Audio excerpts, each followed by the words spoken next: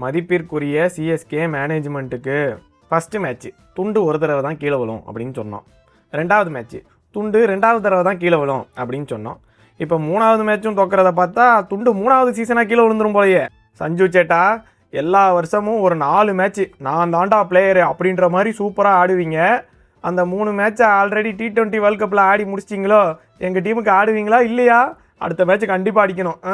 எப்பா ருத்துராஜ், 180 சேஸுன்னு வந்துட்டாலே நான் பேட்ஸ்மேனா அதெல்லாம் எனக்கு ஆட தெரியாது ஜி அப்படின்ற மாதிரியே 10 ரன்னுக்குள்ளே அழகாக அவுட் ஆகிட்டு போகிறீங்களே, அது எப்படி? எப்பா சர்ஃப்ராஸு, நீ ஒரு ஆள் தான் உருப்படியாக விளாட்ற, எதுக்கு இவங்கள்ட்ட இருந்து கொஞ்சம் தள்ளியே இரு. பிரசாந்த் வீர் பேட்டிங்கு நல்லா ஆடினாரு, ஆனால் அவரை ஜடேஜா ரீப்ளேஸ்மெண்ட்டுன்னு சொன்னீங்க. பவுலிங் கொடுத்தா குறைஞ்சா போயிடுவீங்க. கார்த்திக் சர்மா இந்த மேட்சும் அடிக்கலை, சரி பரவாயில்ல. பேட்டிங்காவது எவ்வளோ கேவலமாக ஆடினாலும் 200 ரன் அடிச்சிடுறாங்க. இந்த பவுலிங்கு ஃபீல்டிங்குன்னு ஒன்று இருக்கே, அதை பற்றி நான் என்னத்தை பேசுறது?